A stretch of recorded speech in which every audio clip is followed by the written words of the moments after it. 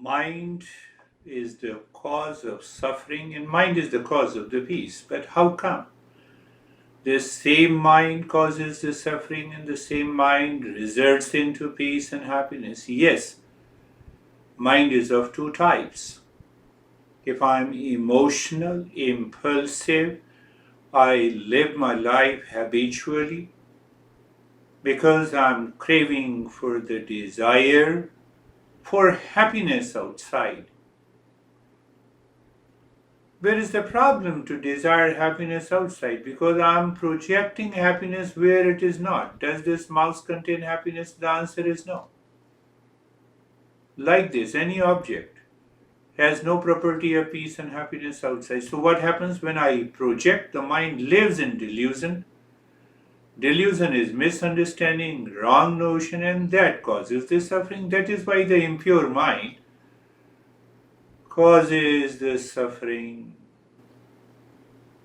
And what about the pure mind? Pure mind has a right perception. What is right perception? Right knowledge. But what is right knowledge? Right knowledge is so simple. Your name is Michael, so you will remain Michael. No, but how it is related to the peace and happiness? How it is related to the joy and the wisdom? Because I see what the thing as it is. I have not projected anything. Then what happens to the mind? Then the mind is not wandering. Then it does not create an emotional dependence. No, then what happens? Then the mind reveals the happiness from inside.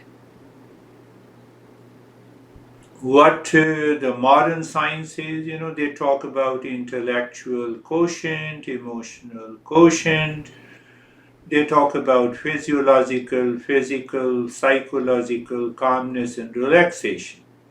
What the Eastern wisdom do? We discover that peace and happiness inside. That is the journey. How simple the journey is.